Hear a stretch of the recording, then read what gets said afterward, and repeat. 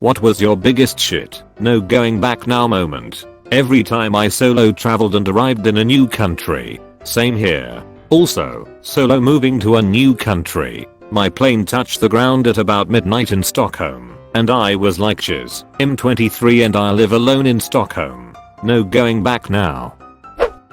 Me taking pictures of the North Korean military. If I was caught I would be in a prison camp now. Can we see the pictures?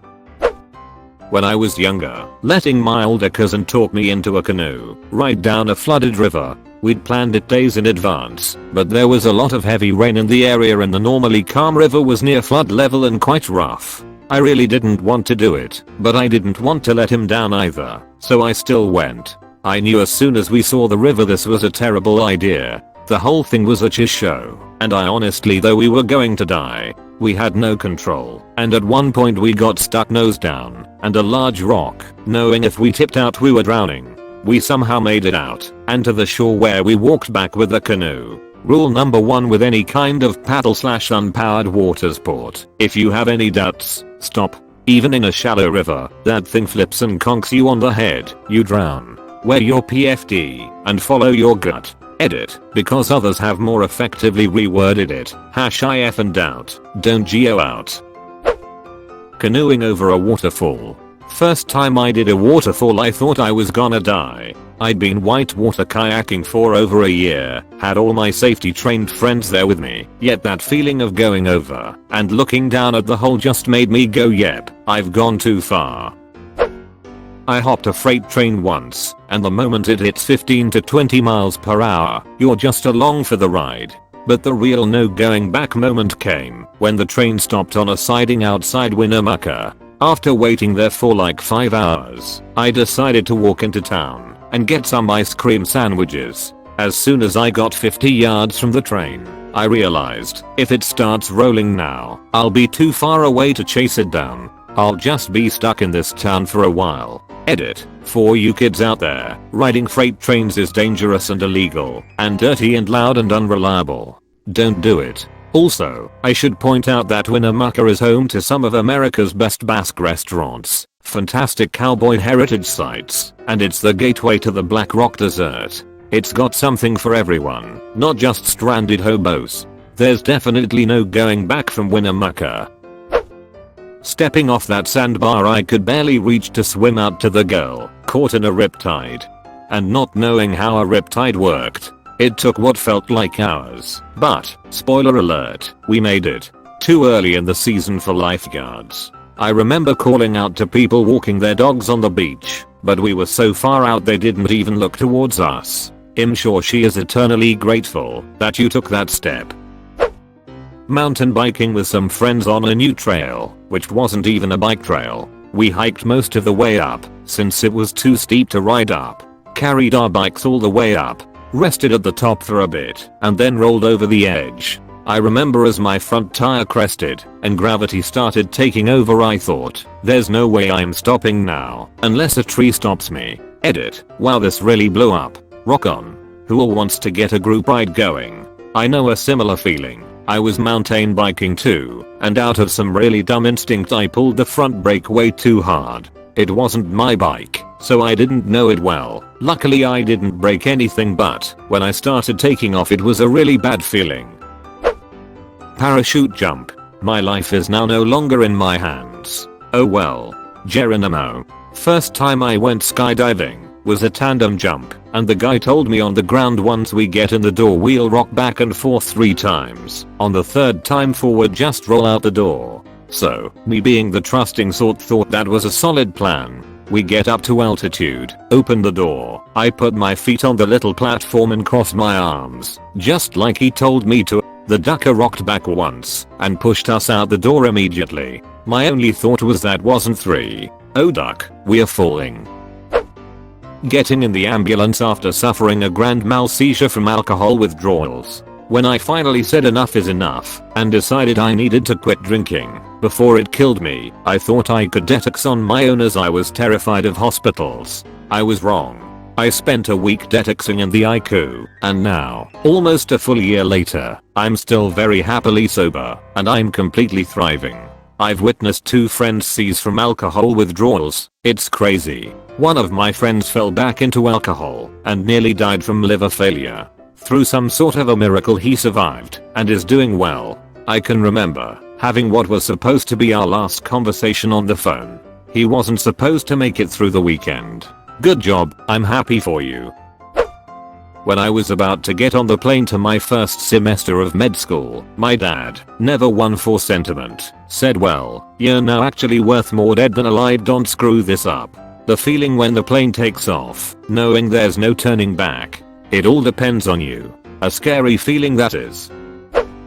When I asked my crush if she is ready for a relationship with me, the 2 hours I waited for a reply took forever. Also sadly she said no. Edit. Yeah, okay, I think that blew a bit up. Just to clarify, I really had tough feelings for her, and every time we spoke I thought that there was something. After literally 1 whole year I finally asked her, like an idiot, on WhatsApp that question. She said no sorry, and I said that it was okay and dumb for me to ask, and she said sorry again. I told her that I don't want this anyone to know. Well just, here I'm on Reddit, and pretend like this never happened. After that I didn't feel empty or some other stuff. I just felt that everything that I built up to this moment was for nothing. Thanks though for the support. BTW, I know that it was stupid and like a child would do, but I didn't know better. Now I do, and I'm starting to get again feelings for her. Maybe let's see how the second try is. Edit 2. Okay, that's cool how everyone has a different opinion about that, but it ends up on everything. You ducked up. Yeah guys, I know. And thanks for the gold. Hey bro, it's better to have a crack at it and fail than to just sit in limbo. At least you had the bollocks to try, and now you know. It's much better to know than to look back in the future and wonder what if. Silver lining, if she took 2 hours to reply, at least she respects you enough to take time composing a reply. That first time being dropped off on the Appalachian Trail several states away from home, and watching the car speed off into the distance with nothing by my own legs and a stick I found to get me back. I love that stick. I'd duck that stick if it had genitals. Edit. I'm butthurt that this is my top rated comment so far. And because I didn't use lube. Oh my god. I've dreamt of doing the Appalachian Trail for the last 6 years or so. How was your experience? I also know I shouldn't do it because I went on a 32-mile one-way hike last month and was praying for a tree to fall on and kill me, so I didn't have to walk the 32 miles back. Fayo. Walking into a MMA fight and the cage closes behind you. How did it go? Here, try this hot wing. Took a bite, and for the next 18 hours, I could only focus on how this was a crime against humanity. And for those now asking, it was a last dab 30 on a drumstick. It was coated all over. I just ate one big bite, and then I went and shoved my head under a cold shower. Then, it was bed and bathroom for several hours as I threw up most of it, but some got digested. I knew going it that it was gonna be hot. My former roommate was a hot sauce aficionado. He never once handed me a wing that was less than a habanero sauce. The question was, am I about to have Ghost, Pepper X, Carolina Reaper, Habanero, etc. The next day was a crime against lavatories. The positive pregnancy test. We were trying, but seeing the test my first thought was honestly, ouches, what have we done? He's now 8 months old, and it is the best, but still the scariest, decision we ever made. Oh, this feeling. I remember sitting on the toilet, staring at the positive in the window on that test. I leaned my head against the wall and closed my eyes, and the room still spun and spun. It was the most complete sense of, well, this is what you wanted. Now what? The knowledge that nothing in life would ever be the same. I ended up miscarrying that pregnancy and 2 subsequent more. No other pregnancy test carries the same weight for me as that initial one. It was like it walked through a door into an entirely new wing of life. My kid is 14 now. She's amazing. It was all worth it. I made a budget yesterday to figure out how much I'd need to move out. If I work 2 more hours than planned at a starter job I've lined up, I could do it easily with all the optional expenses. That's when it hit me that I'm not in college anymore and I actually could have the money to live independently. One piece of advice, build up some savings before you move out. Like 3 to 6 months of rent savings. A bit dark, but when I took a bunch of pills in a suicide attempt. It was around 10 PM on a Tuesday night, and I had just gotten into an argument with my mom. I laid down in my bed and thought about my life, considered asking my mom to take me to the hospital, but decided against it. I thought, welp, this is it. I'm dying. Then I fell asleep. I took more than the lethal dose of Seroquel XR, but somehow woke up in the morning, slow, but perfectly fine. I consider it a glitch in the matrix, but one I'm grateful for. This was in August 2019, and I'm doing a lot better now. Still struggling, but not suicidal. Well, that sounds rough. But for whatever reason you made it here, and we are glad to have you aboard. Keep strong. During takeoff on my first ever flight at the age of 30, I have a real intense fear of heights. It's funny, I've recently, over the last 10 years or so, developed a fear of heights. It really only applies on balconies or tall bridges, but in an airplane it's like I don't care. It's weird. Psychedelics, particularly DMT, because it all happens so quickly and intensely. Salvia. Never again. Only lasts 5 minutes, but holy cheese does it feel like an eternity. It's like your entire reality gets smashed into thousands of pieces and you're desperately trying to piece it back together, or getting thrust into the space between the multiverses, and you're trying to figure out which one you belong in again. Having your consciousness merged with a red Solo cup on the dresser is the kind of experience a man needs no more than one of in his life. While motorcycling through Vietnam, it was getting late, and I was running low on fuel, too low to turn back to the previous town. If that wasn't bad enough, my bike rack broke. Luckily, a kind man and his daughter stopped to help. He knew no English outside of "I can fix," so I followed him. I wore my bags and held the rest in my lap. Entering the town, my jaw dropped. It was complete calamity. The streets were filled with people carrying 2x4s, rocks, and bottles. Literally hundreds of people. It was like a war zone, with people smashing scooters and cars on fire. People yelling and fighting. A few individuals were running for their lives with mobs intel. I can still vividly see one man's face as he looked over his shoulder and read. There were too many people to drive through, so I had to slow down to a crawl. All I kept thinking was, please don't notice me. Please don't rob me and smash my face in. Please know I'm with this kind man and his daughter. The moment lengthened as a few of the town folk started to notice me. I was scared shitless, but produced a warm smile. The smile wasn't returned. The kind man looked back, and those who were taking interest in me noticed. Can't help but think it helped. We finally breached the throng of people and pulled down an alleyway to his place. I still didn't feel safe, but I needed gas and my rack fixed. I tried to ask the man why all these people were fighting one another. He just smiled and made the drink gesture. It was during Tet, or the Vietnamese New Year. He fixed my rack, gave me some gas, and wouldn't take any money as payment. However, like Christmas, the kids receive money, so I gave his daughter a fat wad of cash. With his blessing. About 45 minutes later I arrived safely at my hostel in Nirvana. Just so everyone knows, the Vietnamese people are some of the warmest and kindest people I've ever had the pleasure of knowing. So helpful, so caring, so giving without expecting anything in return. When I shared this story with other Vietnamese friends I made, they said I was never really in danger. It was some town uprising, but travelers are rarely ever hurt or attacked. At worst, you might get scammed for some money. Also, Vietnam is one of the best countries to travel for a million reasons. Moving to Europe.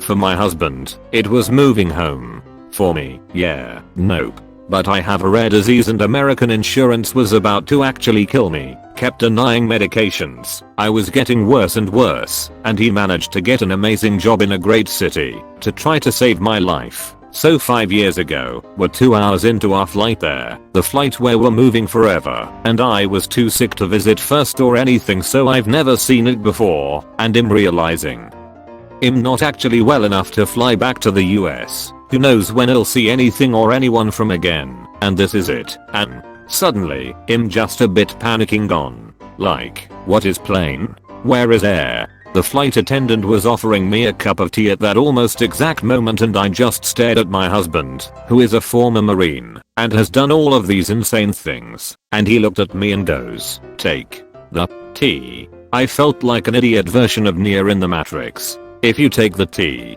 the flight keeps going, and you see how far this rabbit hole goes. If you don't take the tea, this poor flight attendant stands here looking like a ducking idiot for even longer. So anyway, I took the tea from the dude, and then I guess it worked, because who can panic while trying to make tea? Turns out it was truly the point of no return. It's been 5 years. The insurance is much better than the US. Thief kept me alive when I definitely would have died, but am too sick to actually leave. I couldn't even go home for my grandmother's funeral. So, there really was no going back. Unless something kicks in, new treatments etc. I doubt I'll ever see home again. Not the same, but in the same wheelhouse. My husband and I moved to Europe for his new job when I was 32 weeks pregnant. We liquidated everything in the US and brought our dog and 2 cats with us on top of it all. There were many "oh snap, this is happening" moments along the way, but the biggest no turning back one was when we checked the pets in for their flights, knowing we wouldn't see them again for about 40 hours, 5,500 miles away. I'm so sorry you're ill and were unable to go to your grandmother's funeral. I hope that you continue to get good care and that a successful treatment is found for you. 3. When I reported a coworker's rape to her attacker's boss, I knew nothing would ever be the same for anyone involved. Edit. Jesus Christ, you jerks. Of course she asked me to report it. Holy duck. Edit 2. Because of the horrible replies. It's the rapist's fault for raping, not the victims. Before you say, but they could have prevented future rapes, think about that for a second. Why even put any burden on the victim before putting effort into making the rapist prevent future rapes?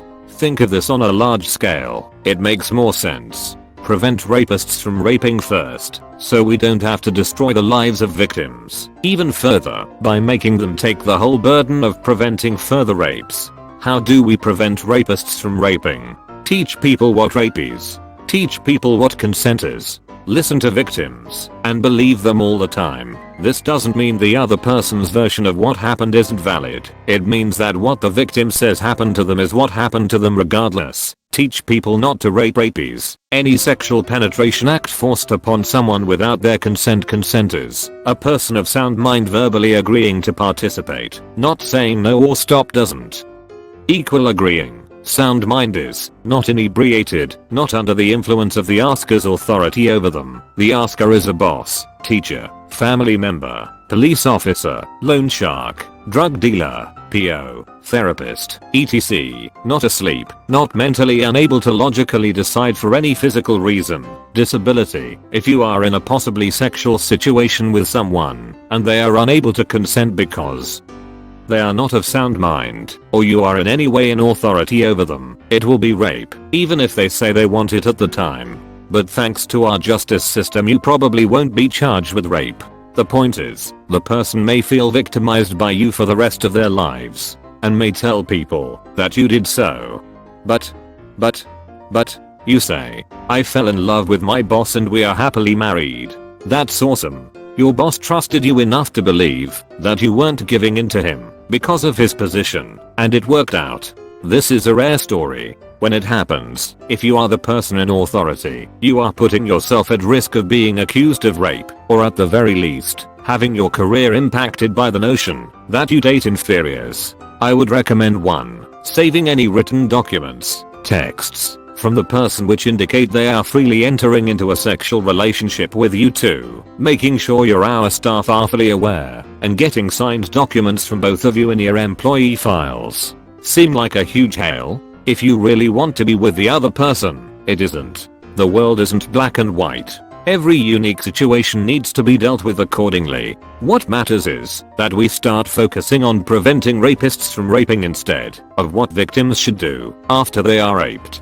Focus on your own behavior when getting into a sexual situation. Ask questions about how the person feels about it. Would it be okay if I kissed you? Would you like to make out? Is it okay if I take my clothes off? Yes, it feels awkward at first, but only because we've been conditioned by ducking Hollywood to think that sexual encounters are practically free of dialogue and somehow each person can read minds. But we can't. We must communicate very well in sexual situations above all. My thoughts on consent. While drinking/drugs, people get drunk and have sex. It's a very fun fact of life. But if being inebriated means a person can't give consent, what do we do? 1. Be responsible for yourself. Know your limits. I can make a responsible decision about sexual activity after 3 beers, but no more. Make the choice if you want to get hot and heavy before reaching your limit. Even if you haven't found the person yet,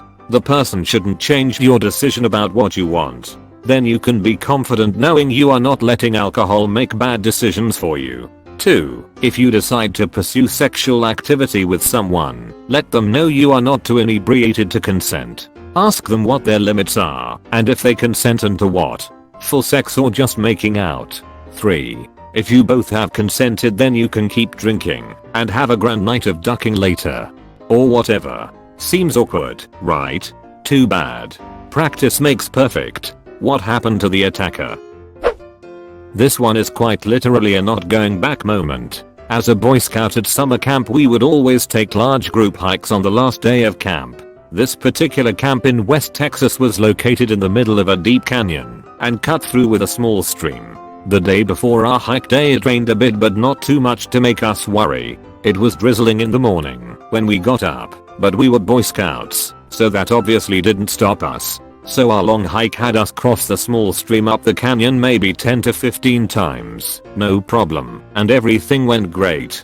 After a while we get to a medium-sized pond that we all decided to go swimming in. That was fun, and we all had a blast. We get out and dressed and we keep going farther up a hill to continue our hike. We get to the top and we hear this wonderfully ominous rushing noise. We look over a ledge and see that the water in the stream was moving a bit faster than we remembered. A friend and I volunteer to go back and see what's happened. A flash flood had ripped through the area we had just left moments before.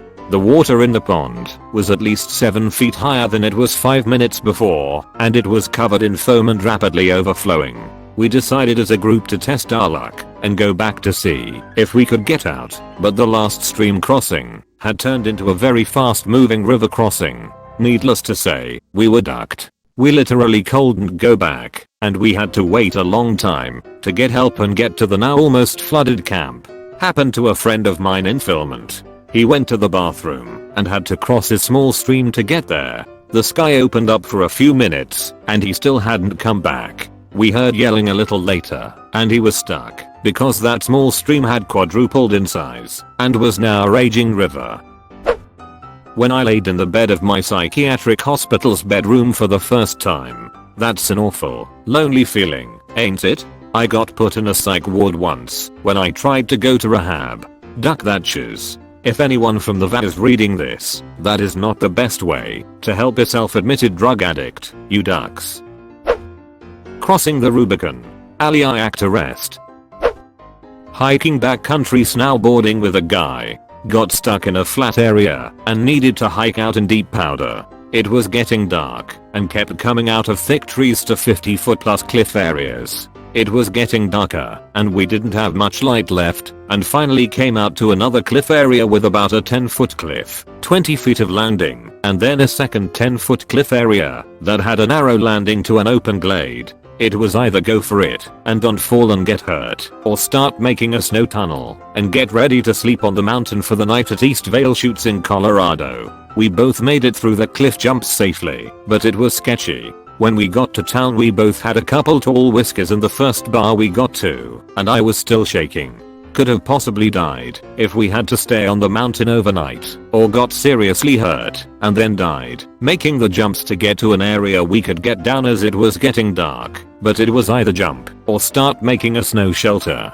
We were definitely not prepared with backcountry gear and got lost in the area, even though we had both ridden it a few times with some experienced people who had taken us down before. Scary and something I will never forget. That feeling of being in the mountains when it's getting dark and being far away from shelter is a truly unique style of terrifying. I was in a similar situation once.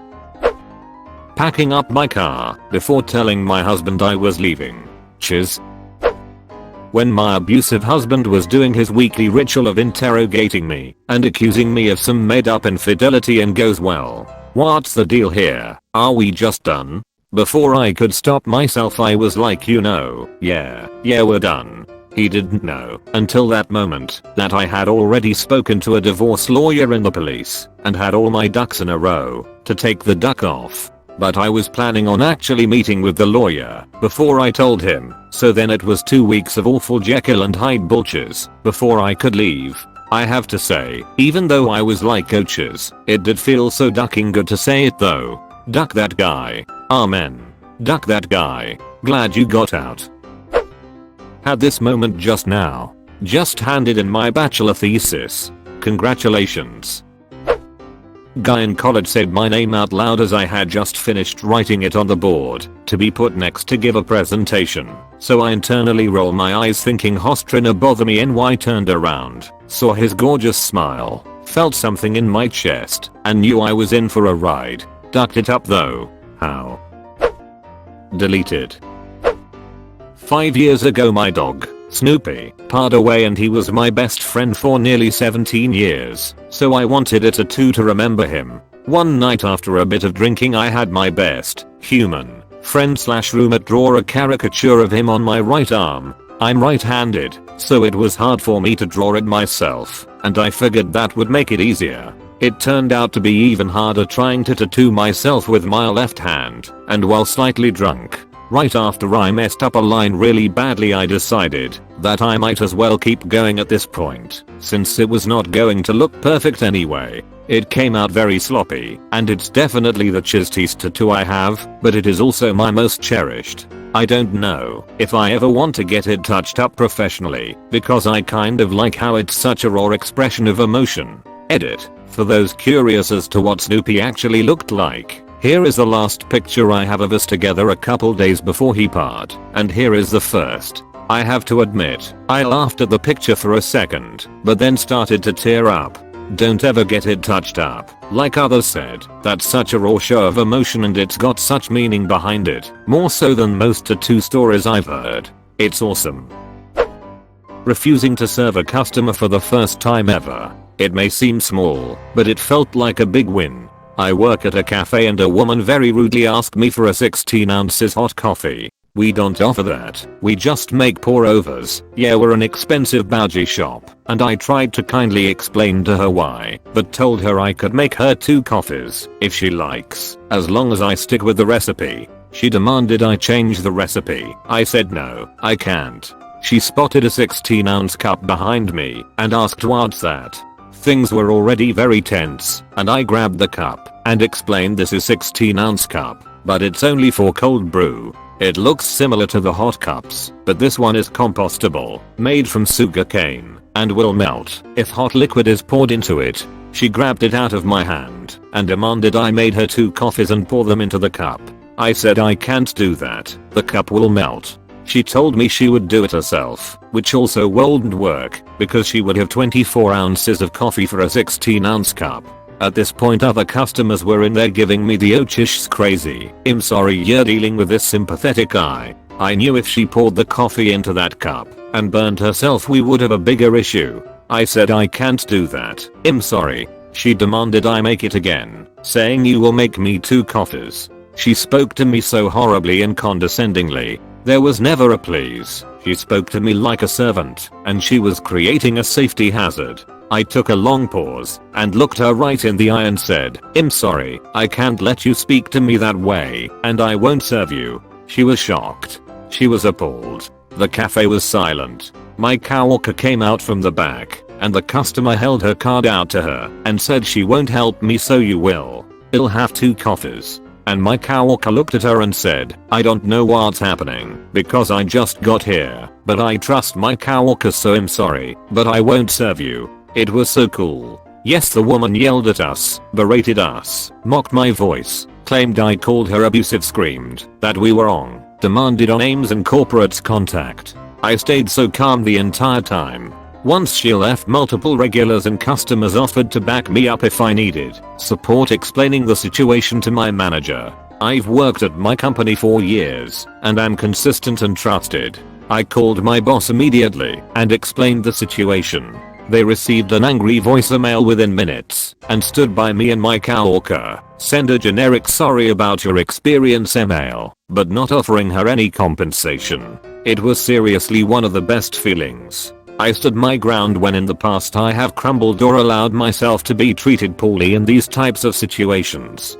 I asked for the respect I deserve as a human being, and my coworkers and bosses supported me. Try it out sometime. It rules. Edited, broken up into easier to follow paragraphs. And thanks for the Yas Queen award. These upvotes made my day. Worked at a hospital restaurant. We made quick things like sandwiches and burgers. We had breakfast platters all day though, so pancakes or eggs with toast, bacon, or sausage and a deep fried hash brown patty. Had a nurse who was notorious for being mean, even with patients. Come in and order a pancake platter in the middle of a burger rush. So I do what I can.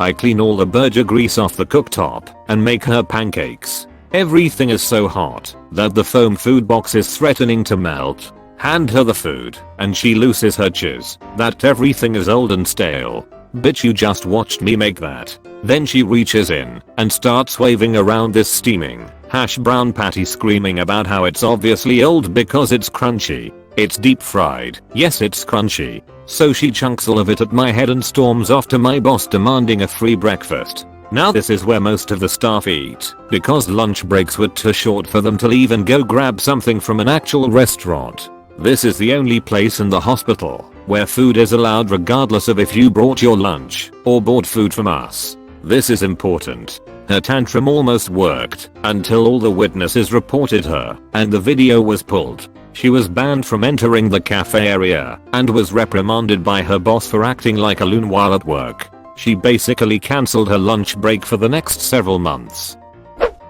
I saw this cute girl and wanted to ask her out. As soon as I said hi to her, I knew the only way to get out of it was to ask for her number. She was flattered but said no. Mad props though.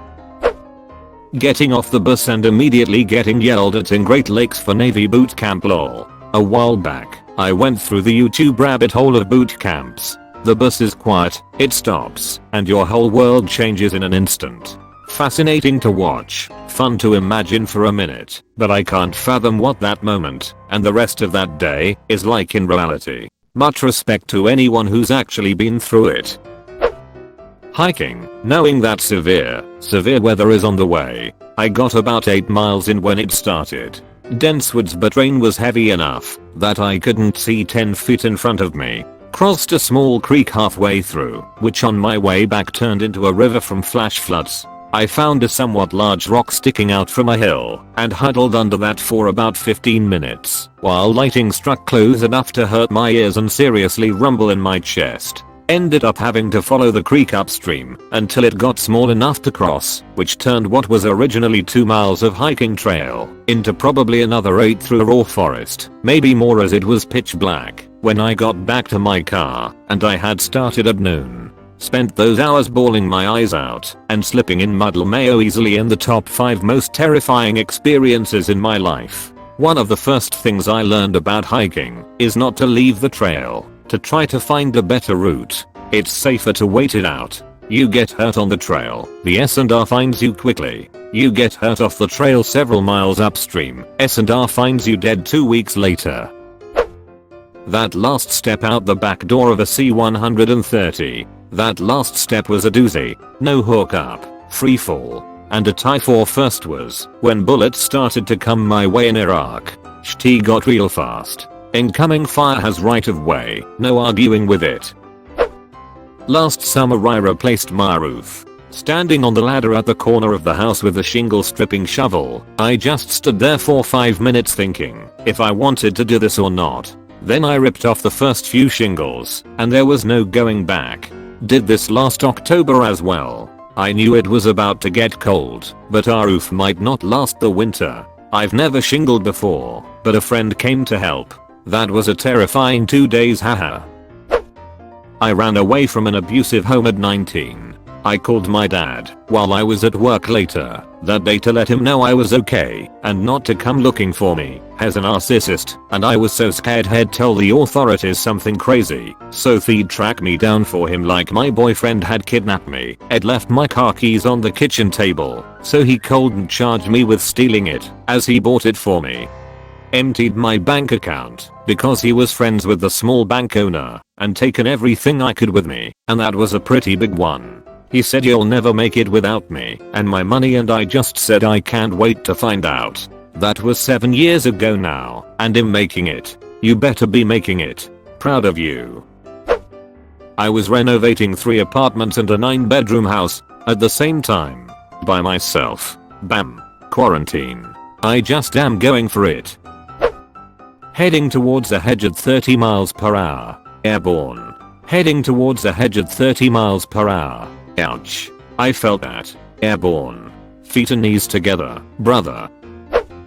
The other day I tried forcing the garage door closed while inside, cause it had been catching on something. It slid with a loud bang and I noticed the wire had disconnected from the springs. It wasn't going to open. It's like 800 pounds and the springs help carry the load of the door. So unless I got the wire back on the spring, I was basically trapped. I found some gloves and sunglasses hanging out in the garage already, not safety glees, but better than nothing, and had to essentially hold the spring with one hand, the wire with the other, and do a chest fly to pull it into place. Adrenaline is a hell of a drug.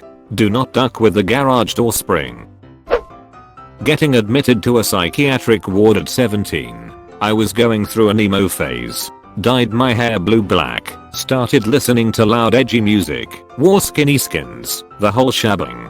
I always was a shy, sheltered kid that didn't have many friends. School was my #1 priority and had daily clees from the morning till late in the evening. I was also secretly gay, living in a deeply religious family. Video games were my only outlet. When the school stuff started getting harder and demanding more and more of my time, it got harder for me to juggle between getting my homework done and getting my dopamine rush. Suddenly, I started wondering why I put that much effort into school in the first place only to get mediocre results. My grades weren't bad, probably the equivalent of a B+, but not getting an A still made me feel like I had failed. I was also routinely bullied, so I figured that if my grades fell, I would make myself less of a target. To cut to the chase, I tried to make myself more likable and got acquainted with emo and alternative culture. Boy, did my mom not like that. She started wondering why her son turned from a nerd to this circus act, straight up asking me if I was doing drugs. I wasn't, BTW, but it didn't matter. She figured there's something wrong with me, so she started dragging me around from one psychiatrist to the other. When the doctor eventually said that there's nothing wrong with me and it's just normal teenage hormones, we would immediately visit another doctor to get a second opinion.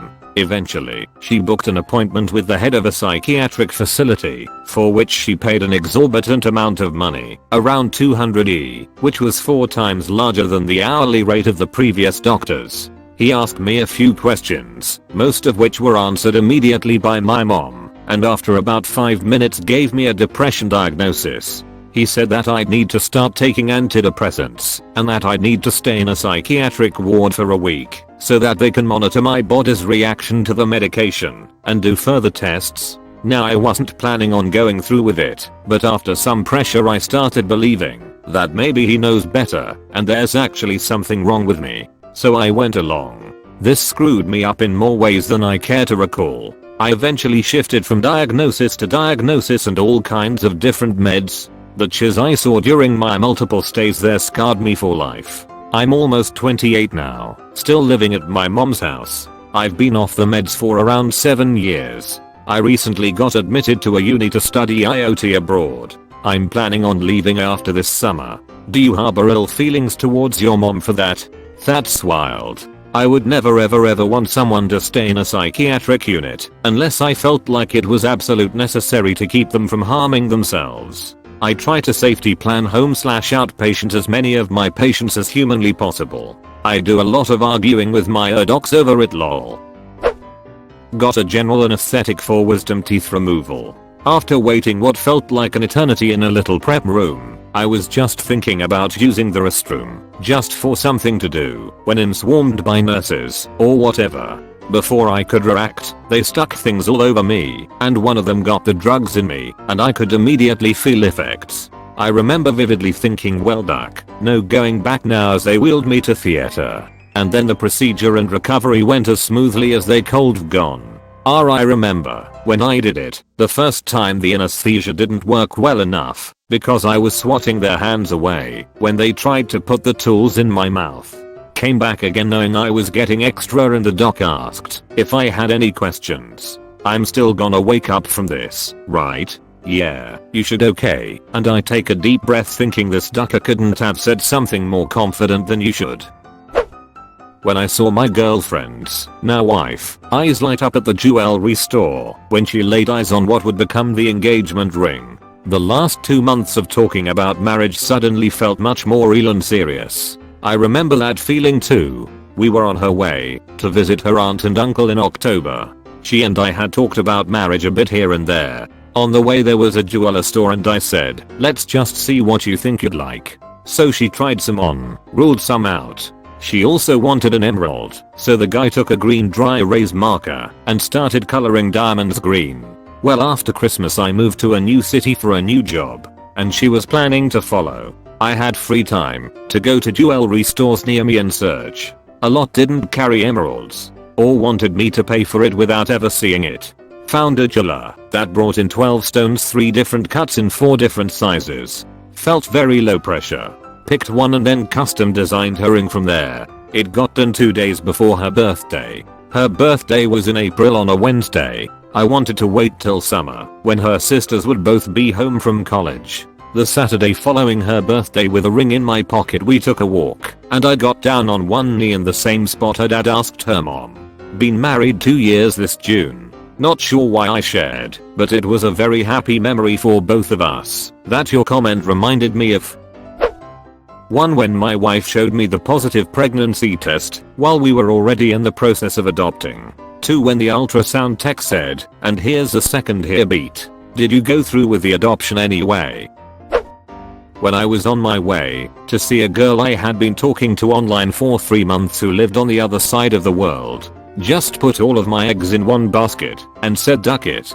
The cheers, no going back now, feeling really hit when the plane took off. That girl is now my wife. Sometimes you just gotta go for it. When a guy kissed me for the first time after bar hopping with his friends, I knew I was in trouble. It's been 3 years now, and he's snoring next to me. Oh lol. Signing the lease to an apartment with my long distance girlfriend. Moving 6 hours away from home. It's relatively not that bad, but no matter the outcome my life won't be the same after this. Told my mom I was a lesbian after she asked if I liked one of my guy friends. How'd that go?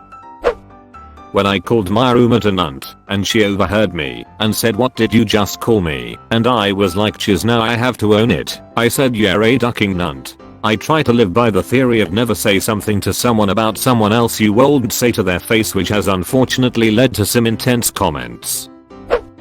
When I decided to venture alone on a hiking trail through the Brazilian rainforest, realized there was no phone coverage after half an hour, kept walking for another hour, and finally saw a sign of civilization. A literal sign. Just that. It said beware of coral snakes. Yeah, well, fish shady af. Looking all innocent like a king snake. Giving birth. I was not ready. There definitely ain't going back in. Saying I do. When I came out of my mother's cervix. Cutting the fenders for a wide body kit installation. Yeah, that definitely applies here. What was the car? That morning where, after I've given away furniture and cleaned out a lot of my room, before stepping into my friend's vehicle to take a ride to the bus trip, I was moving 1,000 miles away from my old home and out of my father's that morning, 2.5 years ago. Edit, since some people have asked, I was 28 at the time. It was my second move out, when 5 years prior I moved out at 23 with my sister at the time. That didn't really work at all. Who I'm with now. He could be better. Nice, kind and not too bad. It's just he's an admitted man-child, doesn't do an awful lot of cleaning, worries about nonsensical things, and has me second guessing on what he buys that gets me concerned about whether bills or rent are caught up. Like, buying plushes for either himself or his asocial of a prick fiancé. I told him that I plan on moving out in 2022, but earlier if things don't turn around before then, and I manage to get a job to save up. When I finally gave in to the girl, who wouldn't take no for an answer. Duck. Never again. Kissing my best friend. How'd that go? Midway into my first, not for beginners, ski slope, I could stop and chicken out, but I continued. It was freaking amazing. Went for a second time. Got injured 10 seconds before the end. Still, worth it. Giving my notice to my boss last Friday. I'm across the country from any friends and family, and I have no job lined up. If I stay here I'll wind up a shell of a person. So I'm quitting and moving back home with only my savings and the grace of my family to catch me. No going back now. Wish me luck. Deleted. How is she doing? When I found out my husband at the time was still gaming behind my back. We had an almost 1-year-old, and he had been acting shady. I logged onto his bank account, where he had a secure credit card, and saw all the transactions from the casinos. This was the third strike for me. I tried to get him help and support and he cheers on my attempts every time. I'm not a bad enough gambler to be in Gamblers Anonymous. I just went to use the ATM and pay my phone bill. We don't need to pay a therapist to tell us we need to talk more. So, he asked me to bring him lunch at work. I printed off the credit card statements, handed them to him with his lunch pail, and began the process of moving my things to my mom's house and looking for a place to live. I thought you meant gaming, like Call of Duty, and I was like okay. He's enjoying himself. Then I realized. Wife, are you gay? Me, yes. There's so many gay guys with wives. Chiz is sad.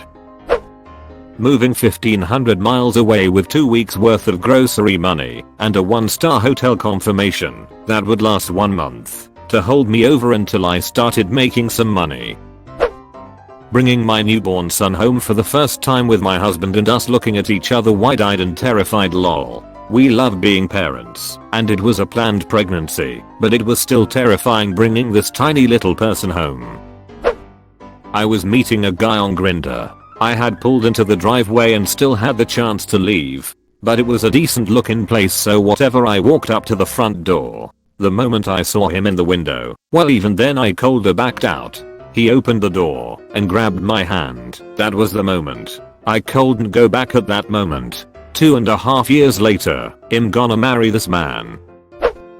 Driving along and finding a kitten on the middle of the road, picking it up and bringing it home. This was her being fed 10 minutes later. And this is her snuggly self, present day.